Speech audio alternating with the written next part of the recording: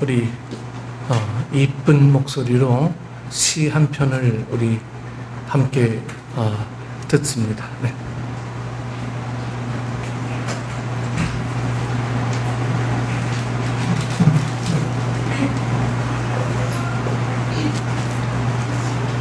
국화 옆에서 서정수. 한 송이 국화꽃을 피우기 위하여 봄부터 숙적새는 그렇게 울었나 보다.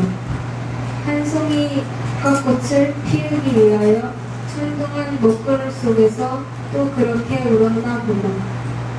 그립고 아쉬움에 가슴 졸이던 먼 젊음의 뒤안길에서 인제는 노라와 거울 앞에서 내 누님같이 생긴 꽃이라 노란 내 잎이 피려고 간밤에 무서리가 저리 내리고 내게는 잠도 오지 않았나 보다. 네.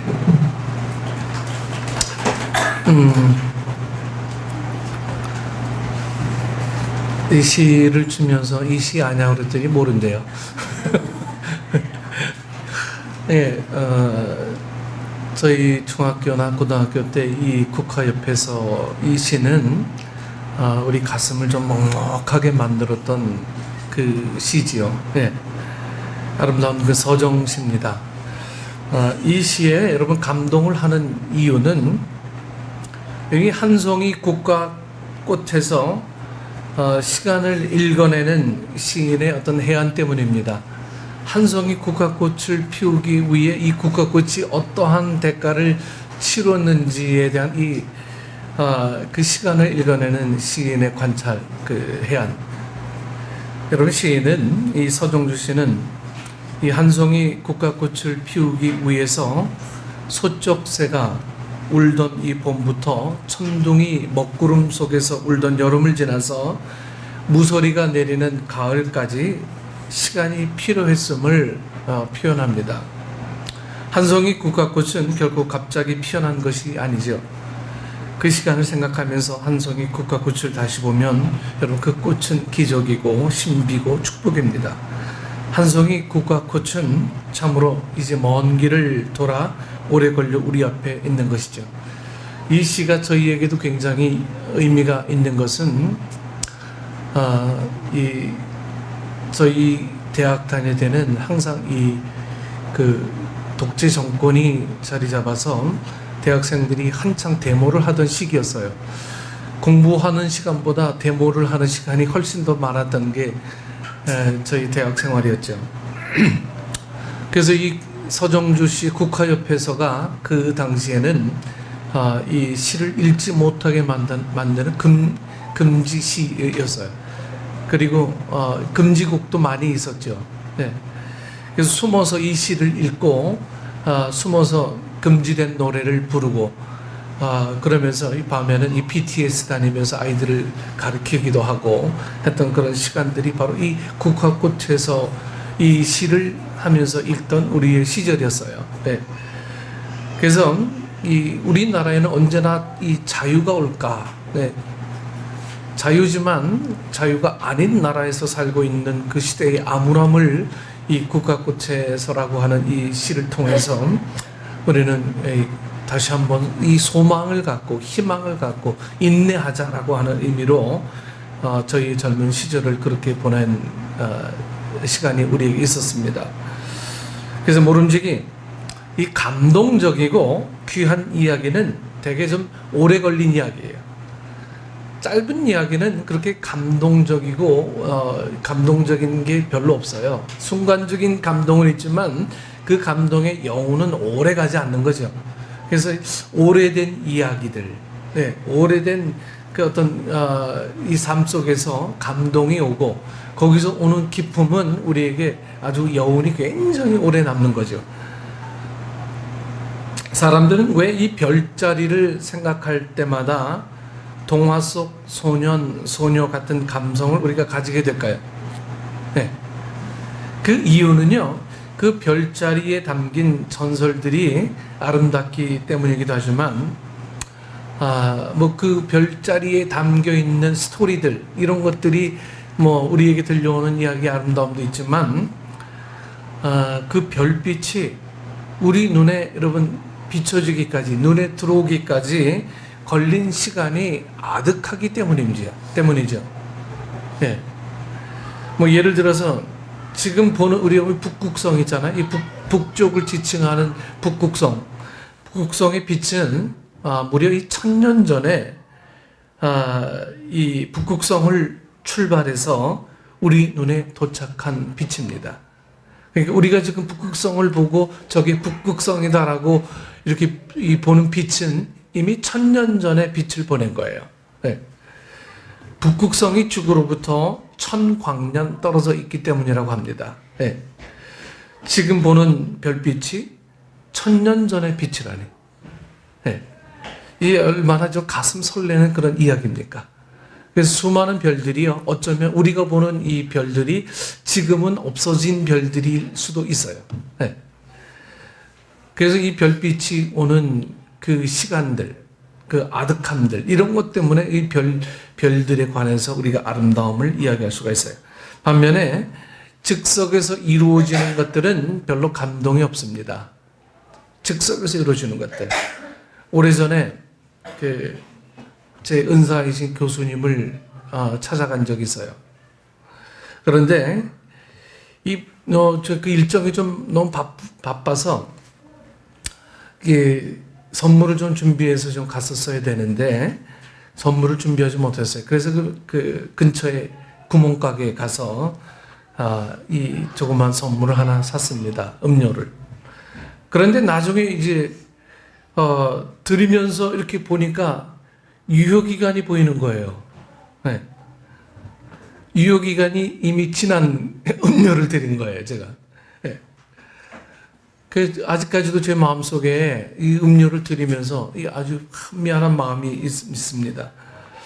그래서 여러분, 이런 의미에서 저는 이 성경을 이렇게 펼칠 때마다 어떤 오는 감동이 있어요. 성경을 펼칠 때마다 오는 감동. 인쇄소에서 성경을 찍어내는 데는 뭐 그리 오래 걸리지 않아요. 그러나 성경에 기록된 그 말씀은 여러분 얼마나 오래된 말씀입니까?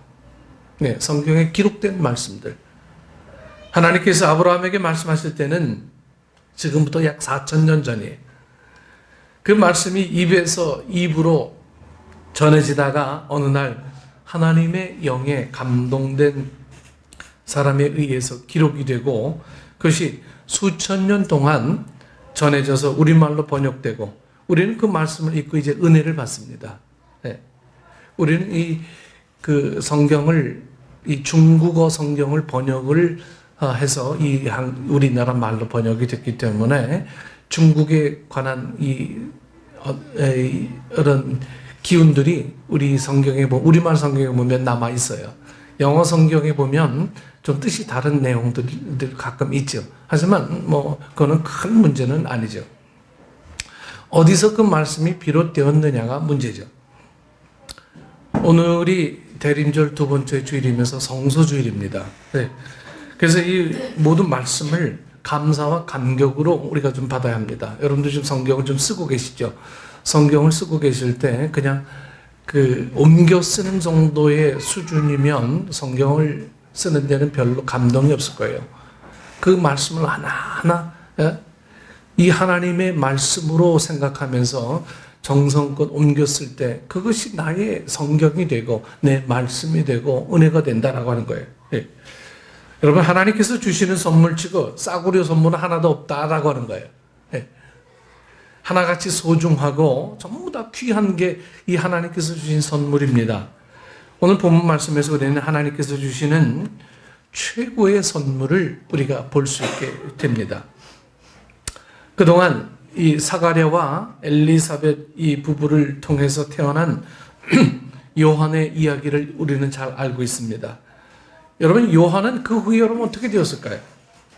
본문은 이 요한의 이 세례 요한이라고 하는 이 요한이에요.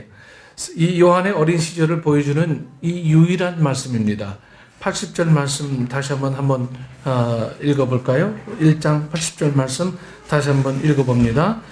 아이가 자라며 심령이 강하여지며 이스라엘에게 나타나는 날까지 빈들에 있으니라. 누가? 요한이요. 예. 요한은 아주 잘 자랐어요. 여기 자라며라는 것은 이 육체적으로 성장하는 것을 말합니다. 또 요한은 아주 강해졌다. 강하여지며라는 것은 이 정신적으로 또 영적으로 강한 것을 말하고 있죠.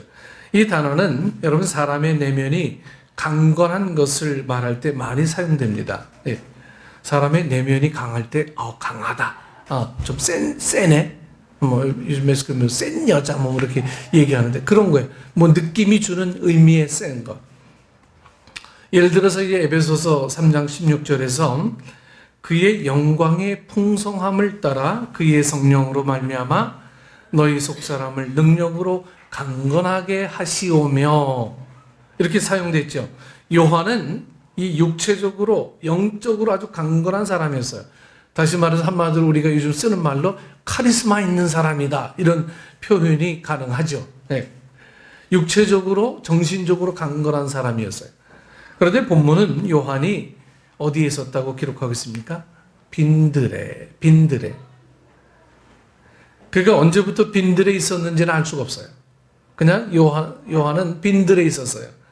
여러분 상상해 본다면 요한이 나타날 때 이 사가랴 부부는 이미 많이 늙었으므로 어쩌면 요한이 이 10여 세 되었을 때, 이 어린 나이 되었을 때, 우리 이제 민준이나 이 희찬이 정도 되었을 때 세상을 떠났을 수도 있어요. 그냥 그 나이 때 빈들에 가 있었을 수 있어요. 그 후 몇 년 동안은 마을 사람들의 보살핌을 받으면서 자랄 수도 있었겠죠. 그러다가 이 성인이 된 후에는 이제 빈들로 나갔을 수도 있습니다. 그리고 빈들에 나간 것도 여러분 스스로 나간 것이라기보다는 성령님께서 인도하셨을 거예요. 성령님께서. 그는 그곳에서 이 약대 털옷을 입고 이 메뚜기와 석청, 이 땅에서 있는 이 꿀이죠. 먹으면서 광야에 외치는 소리가 되기 위해 준비합니다. 그 기간이 얼마 동안이었는지는 잘 모르지만 세상에 이 소음과 단절된 그곳에서 이 요한은 그때 세례자가 없었어요. 요한은 오직 하나님만 바라보았고 그의 영혼이 이 세상을 놀라게 할 하나님의 능력이 그 순간 빈들에서 채워지고 있었다라고 하는 거예요. 저는 이 말씀을 생각하면서 누구를 연상하게 되냐면 야곱을 연상하게 됩니다. 야곱이 이 도망 나오지요. 팥죽을 이 형에게서 빼앗고 도망 나오죠. 그 빈들에서 돌베기를 하고 잠자고 있는 야곱의 모습을 떠올리게 됩니다. 그 밤에 그는 사닥다리가 이 하늘로부터 내려와서 오르락내리락 하는 그 모습들을 꿈속에서 꾸게 되죠. 그러면서 하나님의 인도함, 하나님의 계시를 받게 되는 야곱의 그 밤, 그리고 오늘 요한의 이 빈들에서의 이 밤, 수많은 밤들, 가장 외롭고 가장 쓸쓸했던 그 밤에 이미 요한은 준비되어 있는 사람으로 훈련받고 있었던 것입니다. 그래서 빈들의 시간은 요한이 준비되던 시간이었어요. 그래서 우리 현대인들이 너무 바빠요. 이리 치고 저리 치고 너무 바빠서 빈들의 시간들이 우리에게 없는 거예요. 그러다 보니 주님을 기억하고 주님을 만나는 시간들이 너무도 적어요. 그래서 하나님을 모셔드리고 주님을 기다리고 내게 이 말씀하시는 음성들이 내게 어떠한 의미가 있는지 여기에 대한 말씀들의 조명이 우리 삶 속에 없는 가운데 쫓겨가듯 그렇게 믿음 생활하고 있는 우리의 모습들을 바라볼 수밖에 없습니다. 학생들은 시험에 쫓겨요. 우리 직장인들은 상사들의 이 다그침에 쫓기고 주부들은 아이들 살피느라 청소하느라 늘 쫓겨 살아요.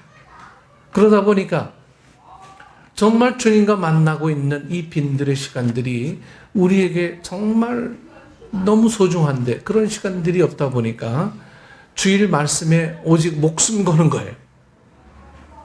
주일 말씀에 목숨 걸다 보니까 여러분 주일 말씀이 지난주 성경 설교 제목이 뭐였어요? 우리 머릿속에 남아있지도 않아요. 네. 근데 그거 갖고 산대요. 여러분, 이것은 준비하는 자의 삶이 아닙니다. 준비하는 자의 삶은 항상 이 빈들의 시간들을 필요로 하는 거예요. 고통의 시간들을 인내하는 거예요. 그리고 어려운 시간들을 소망으로 붙드는 거예요. 우리의 빈들은 그냥 물러가는 시간이 아니고 없어지는 시간이 아니고 주님을 만나는 아주 소중한 시간이다라고 하는 거예요. 요한은 그 빈들에서부터 이미 주님 오시기까지 준비하는 훈련된 시간들이 이 세례 요한 속에 이미 훈련이 되어지고 있다라고 하는 거죠. 그렇다면 요한은 언제까지 빈들에 있었습니까? 본문은 뭐라고 말씀하시냐면은 이스라엘에게 나타나는 날까지라고 말씀하고 있죠. 이 말은 뭐 우리 초등학생에게 얘기해도 다 알아요. 이스라엘에게 나타나는 날까지. 요한이 이스라엘에게 나타난 것은 언제이지요? 그가 30살쯤 되었을 때예요. 요한은 예수님보다 6달 먼저 태어났고 예수님보다 조금 일찍 사역을 시작했습니다. 예수님께서 메시아 사역을 시작할 때가 30살쯤 되셨을 때였기에 요한 역시 그러했을 거예요. 그러므로 이스라엘에게 나타나는 날까지란 말씀을 여러분 달리 표현하면 요한이 30살쯤 될 때까지라고 이제 달리 표현할 수 있죠. 다시 말해서 요한이 이스라엘에게 나타나기까지 걸린 시간은 몇 년입니까? 30년. 30년. 네. 하나님께서는 30년 동안 꼭꼭 숨겨두었던 이 요한을 이제 세상 앞에 내어놓게 됩니다. 여러분 그 장면을 우리가 상상해 보십시오. 어느 날 요단강 기슭에 약대 털옷을 입은 한 남자가, 카리스마 있는 남자가 등장합니다. 얼굴은 햇빛과 바람에 거슬려 검고 거칠어 보이지만 눈은 아주 그냥 초롱초롱 빛을 발하죠. 그가 입을 열어 말할 때 사람들은 뭐라고 이 표현이 되냐면 마치 불을 뿜는 것 같다, 뭐 이런 표현들이 이 역사에 보면 기록이 되어 있어요. 사람들은 그에게 매료됩니다. 바로 이때가 하나님께서 오랫동안 준비하신 선물을 사람들 앞에 공개하시는 순간이었어요. 그렇게 하시는데 약 30년이 걸렸죠. 그래서 어떤 사람들은 이 요한 보고 엘리야입니까? 메시아입니까? 네? 뭐 이렇게 오해하기도 했었죠. 네. 너무너무 이 카리스마 있는 이 사람이 빈들에서 훈련받고 등장하니까요. 요한이 그렇게 준비된 그 30년 동안 세상은 너무나도 어지러웠습니다. 포악한 정도가 여러분 어디까지냐면요. 이 아내와 자식까지 막 그냥 칼로 쳐 죽이는 그런 지경에까지 이르는 그런 사회가 바로 요한이 지금 등장하던 그 시기였어요. 베들레헴에 갓난아기까지 모두 죽인 이 분봉왕 헤롯이 죽고 이 아들들인 이 아켈라오와 이 안티바가 아버지의 영토를 나누어서 다스린 그 시기였죠. 그러다가 이 주후 6년에 아켈라오는 이제 쫓겨나게 되고요. 그 자리에 로마인의 유대 총독으로 부임하게 됩니다. 요한이 세상의 모습을 드러낼 무렵의 총독은 5번째로 부임한 로마인 총독인 빌라도였어요. 빌라도. 그 유명한 빌라도.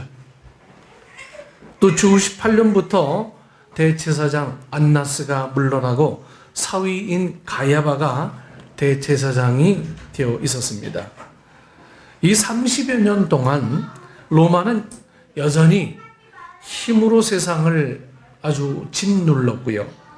헤롯 가문의 사람들과 그에 따라붙는 이들은 권력에 눈이 멀어서 살았고 대제사장 가문의 사람들은 성전을 자신들의 이 사욕을 위해 강도의 소굴처럼 되게 했고요.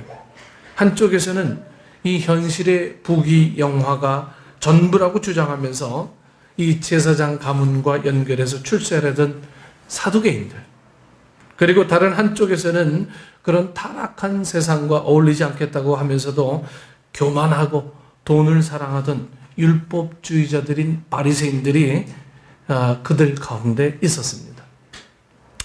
이런 이들의 틈바구니에서 가난하고 연약한 시민들이 허덕이며 살아가고 있었습니다.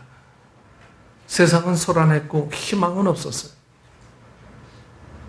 요즘 TV 보니까 참 답답한 마음들이 있습니다.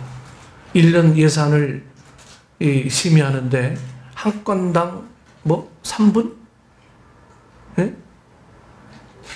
1억 주는데 1초도 안 걸린대요. 어떻게 국민의 세금을 갖고 한 건 처리하는데 3분도 안 걸리게 심의해서 나눠먹기 식으로 하는지 참 이 마음이 답답해요. 그 당시나 지금이나 별반 다르잖아요. 그 당시나 지금이나.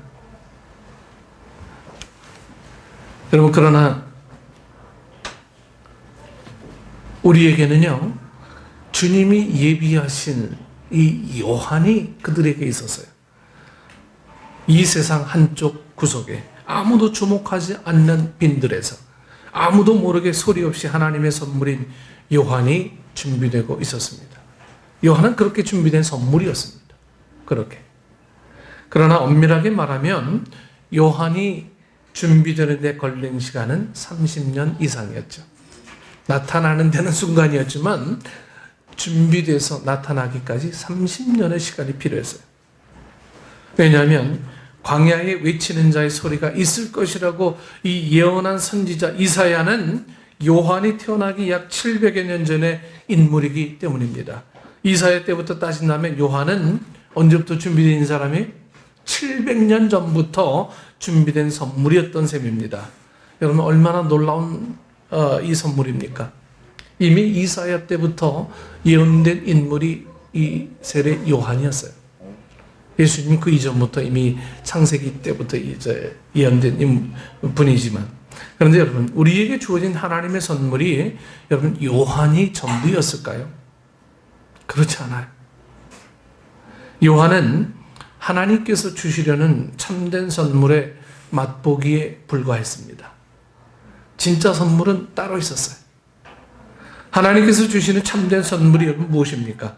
다름 아닌 주 예수 그리스도. 네. 요한이 맛보기인 이유는 요한은 이 구원자 아니 메시아가 아니에요. 단지 참 메시아이신 예수님을 알리는 길잡이에 불과했기 때문입니다. 하나님의 진정한 선물은 아닙니다. 그렇다면 하나님께서는 예수님을 얼마나 오랫동안 준비하셨을까요?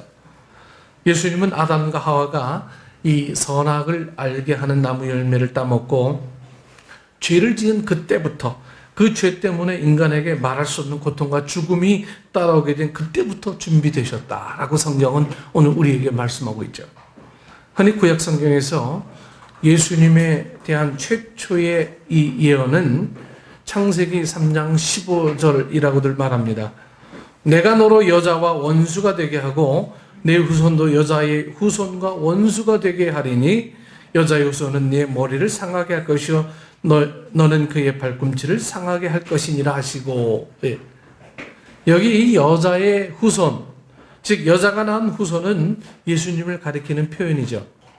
세상 모든 사람은 남자의 후손이라 이렇게 불리는데 남자 없이 처녀가 낳은 이는 예수님 뿐입니다. 그때부터 우리에게 주실 선물로 예수님께서 준비되셨기에 걸린 시간은 가히 상상할 수가 없어요. 하나님께서는 최고의 선물을 최고로 오랫동안 준비하신 것입니다. 그러기에 이 땅에 탄생해서 오신 예수님을 바라볼 때 여러분, 금방 쪄낸 찐빵 대하듯 하면 안 돼요. 그냥 내가 필요할 때 우리가 구하면 옆에 있는 그런 홍반장 같은 그런 분의 예수님으로 우리가 인식해서는 안 된다라고 합니다. 예수님을 보내시기 위해 세례 요한이 준비되어 있었고 30년 동안 아니 700년 동안 준비되어 있었고 그 이전 오래전부터 이미 예수님을 이 땅에 선물로 주시기 위해 준비되신 그 준비된 오래된 하나님의 그 사랑. 우리는 성경을 읽으면서 바로 이 하나님의 마음을 읽을 수 있어야 합니다. 어떤 분들은 반대로 얘기하죠. 아니 우리 이 땅에 죄를 만들지 아니하셨으면 예수님이 이 땅에 오실 이유도 없는데, 이런 끝없는 어떤 이 논박을 위한 이 이야기를 끊임없이 궁금증으로 꺼내시는 분들이 많이 있어요. 여러분, 그것은 하나 공허한 외침입니다. 여러분, 그뿐이 아니죠. 서정주 시인은, 우리 주연이가 읽은 국화협회서라고 하는 서정주 시인은요, 그 시를 보면서 이 시간의 흐름만 읽어내는 것이 아니었어요. 네. 시간이 지나면 그냥 맺혀질 거야, 꽃이 필 거야, 이런 이야기를 한 게 아니에요. 그 시간 안에 담긴 눈물을 읽어냈습니다. 네. 시인은 소쩍새의 눈물, 그리고 천둥의 눈물, 그리고 아쉬움에 가슴 조이던 먼 젊음의 뒤안길을 걸을 때의 고통, 잠조차 오지 않던 무설이 내리는 밤의 고독을 서정주 시인은 알고 있었던 거예요. 하나님께서 우리를 위해 예수님이란 선물을 준비하실 때도 여러분 마찬가지였습니다. 예수님이란 선물을 준비하시는 그 길고 긴 세월 동안 하나님께서는 우리를 위해 마음 아파 우셨고 탄식하셨고 그리고 가슴 졸이시고 있었습니다. 여러분, 그 이유가 뭘까요? 예를 들어서 어떤 어머니가 아이가 어릴 때, 아이가 이 대학 갈 때까지 혹은 결혼할 때 사용하기 위해서 적금 들어놓으시죠. 요즘 저는 생각도 못했습니다. 요즘 뭐 학자금, 적금, 뭐 무슨 결혼할 때까지 하는 무슨 적금, 적금을 넣는다고 합시다. 적어도 20년 이상은 넣어야 돼요. 20년. 그런데 그동안 아이가 어머니를 늘 기쁘게 합니까? 언제나? 이 왼수 같은 것들을 하면서 이 아이들은 엄마, 아빠를 늘 기쁘게 하지 않아요. 네. 아이는 자라면서 이 엄마 눈에 눈물이 나게 합니다. 말은 왜 이렇게 안 들어먹는지. 네. 나쁜 친구들과 어울리고 가출하고 반항해. 학교에 제대로 가지 않아요. 엄마는 때로는 울고 때로는 분노하고 때로는 탄식합니다. 내가 저걸 위해서 20년 동안 적금을 붓고 우리 가족 이야기들인가요? 네. 막 탄식을 해요. 미운 생각을 하면 지금이라도 당장 적금 다 깨고 내가 마음대로 여행 다니는데 쓰고 싶어요. 그러나 어머니는 자식의 태도와 상관없이 꾸준하게 적금을 넣습니다. 네. 그리고 나중에 그것을 자식 앞에 내어줍니다. 그러니 적금이라는 선물이 준비되기까지의 엄마의 눈물과 고통이 있었던 거죠. 저는 그 신학교 다닐 때 한 학기 등록금을 주신 분을 제 머릿속에서 지워낼 수가 없어요. 저희 큰어머니입니다. 박안희 권사님. 네. 자식들로부터는 매달 용돈을 꼬박꼬박 받으세요. 네. 그 며느리들이 불평이 많았었죠. 네. 그런데도 불구하고 매달 그냥 이 통장에 안 들어오면 전화해서 왜 안 넣니? 이렇게 하신대요. 네. 근데 어느 날 저를 부르시더니 봉투를 하나 내미세요. 신학교 한 학기 입학금이다. 네.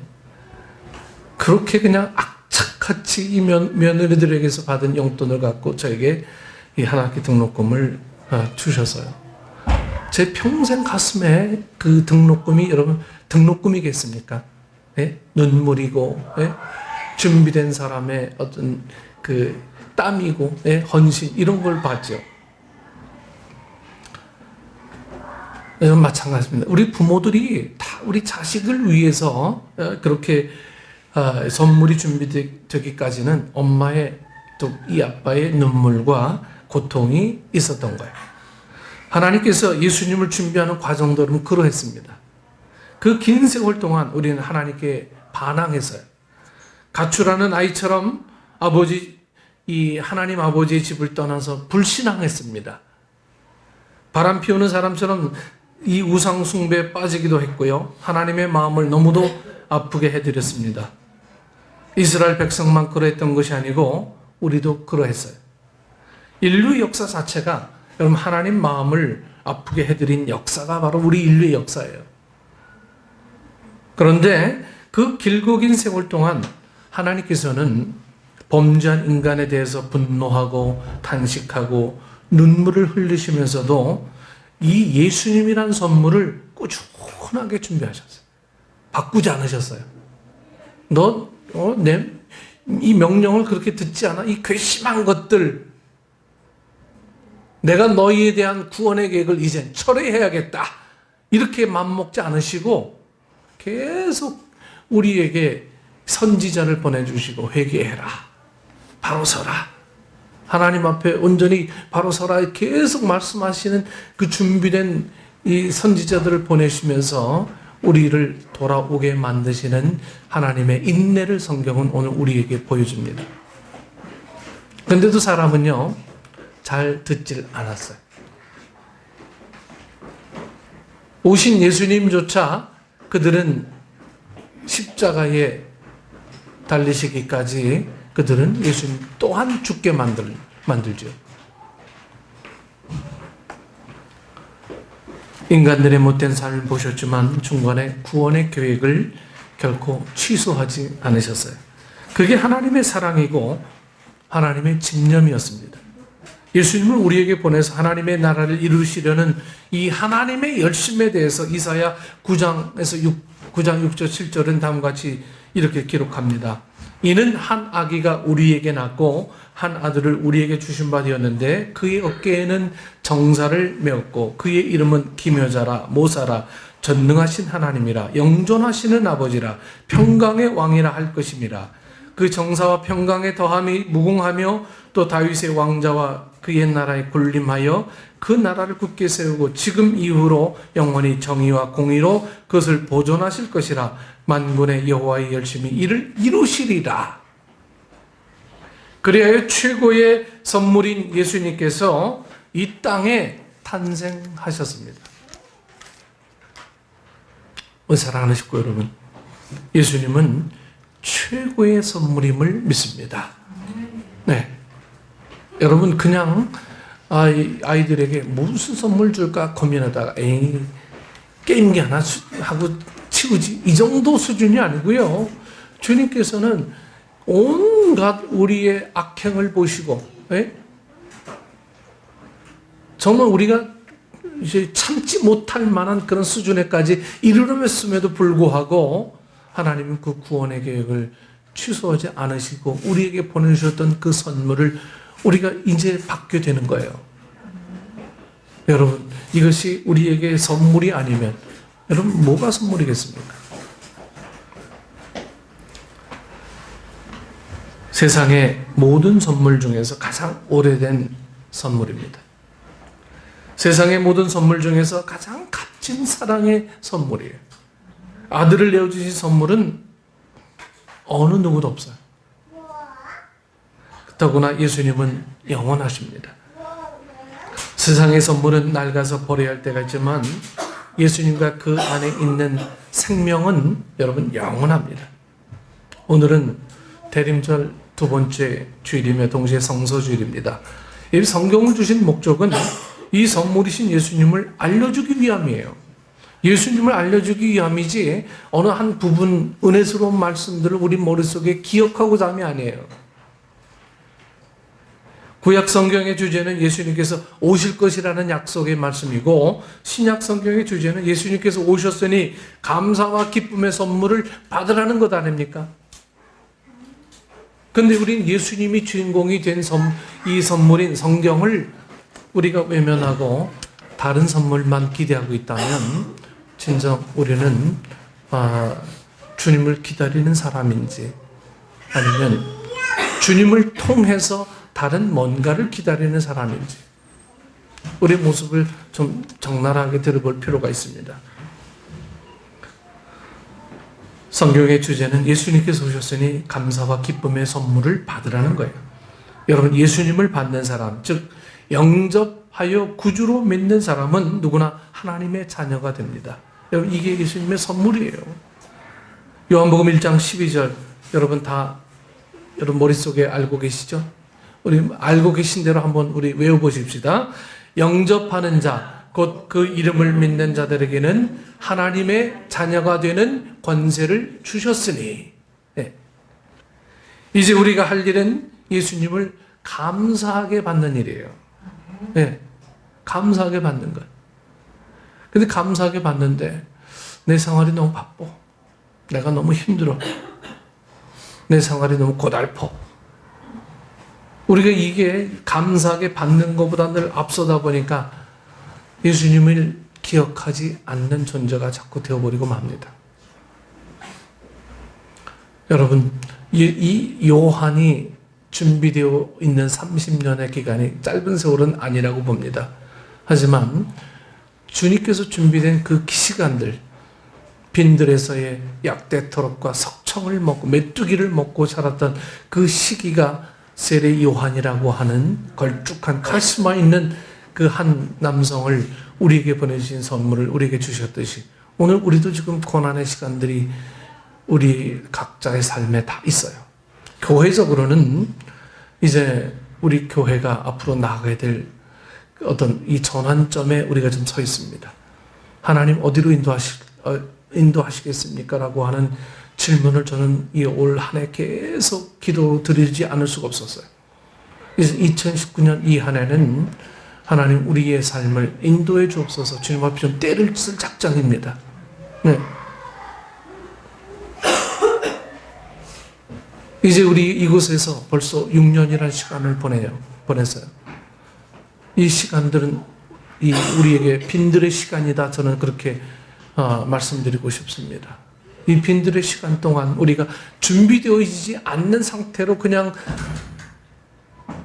앞날을 우리가 맞이하게 된다면 역시 내년 또한 빈들일 밖에 없어요.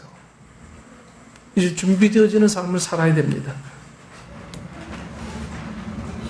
그리고 예수님을 보내주신 하나님을 찬양하는 거예요. 그리고 우리도 오랫동안 준비하고 정성으로 준비한 경배와 찬양을 이제 우리 성탄주일에 좀 올려드리십시다. 성탄주일에. 이 성탄주일에 우리의 준비한 경배와 찬양을 올려드리고 함께 찬양을 할 때 우리가 준비된 자의 삶을 살고 있구나. 주님께서는 그렇게 기쁘게 받으실 거예요. 네. 뭐 누군가 준비하겠지 뭐. 난 따라가면 되지 뭐. 여러분, 이게 아니에요. 오늘 우리 스스로 세례 요한이 되셔야 돼요. 준비된 자, 빈들에서의 고난, 그리고 힘든 삶. 네. 저는 오늘 우리가 믿음 생활을 잘하고 있는 이유 중에 하나는 분명 우리 부모님 때의 고난이 숨어 있다라고 봅니다. 그들의 고난 없으면 오늘 우리는 이렇게 평안하게 신앙생활 할 수가 없어요. 우리 자녀들이 잘 성장하는 이유 중에 하나는 우리 부모님들이 분명히 눈물의 기도가 있었다라고 하는 거예요. 여러분, 우리 자녀들이 이걸 잊어버리면 안 돼요. 네, 이거 잊어버리면 그냥 믿음의 뿌리 자체가 막 흔들리고 맙니다. 그래서 저도 이번에 우리 큰아들 상견례를 하면서 그쪽도 장로 집안이래요. 장로가 7명이래요. 네. 자기가 7번째 장로래요. 네, 하면서 자랑 아닌 자랑을 하더라고요. 그러면서 되게 마음이 좀 뿌듯하긴 했어요. 네, 믿음의 흔적이 있구나. 뿌리가 있구나. 네. 그런 것들을 우리가 기억하면서 오늘 여러분들도 이 대림절이 내게 그냥 막연한 기다림이 아닌 좀 고통의 시간이 있고 내 수고로운 시간들이 있고 헌신의 시간들이 필요로 하는 이 시간이구나. 좀 억눌리고 고난의 시간이 조금 있더라도 다시 오실 주님을 선물로 받는 준비된 시간이 우리에게 필요하구나.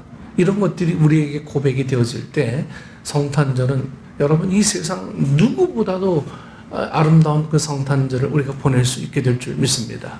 그 기쁨의 성탄절을 맞이하기 위해서 준비되어지고 또 성경을 읽을 때 그냥 막연하게 읽지 마시고 이 주님이 우리에게 오시기까지 어떤 과정들이 있었는가를 면밀하게 살피면서 하나님의 은혜를 되뇌이는 축복된 우리 식구들 되기를 축원합니다. 기도하겠습니다. 좋으신 아버지 하나님, 은혜를 감사합니다. 하나님, 오늘 저희들이 주님 앞에 무엇을 기다리고 있는지 명확한 기다림을 보게 하여 주옵소서. 예수님을 기다려야 하는데 예수님을 통한 축복만 기다리고 있는 건 아닌지, 우리 자녀가 잘 되고 그리고 더 큰 집을 얻고 그리고 건강하고 이런 것만을 소원하는 믹서된 신앙이 아닌지, 하나님 우리 모습을 돌아보며 나는 연약하지만 내 안에 주님 함께 하실 때 모든 것을 이겨내는, 시대를 이겨내고 억압을 이겨내고 고통을 이겨내는 그 능력이 예수님의 임재로부터 비롯됨을 고백하는 은혜스러운 성탄절 될 수 있도록 하나님 인도해 주옵소서. 우리 모두 그 소원들을 품고 하루하루 고난의 시간들, 빈들의 시간들을 인내하며 살아나가는 우리 축복된 성도들 되게 하여 주옵소서. 예수님 이름으로 기도드리옵나이다.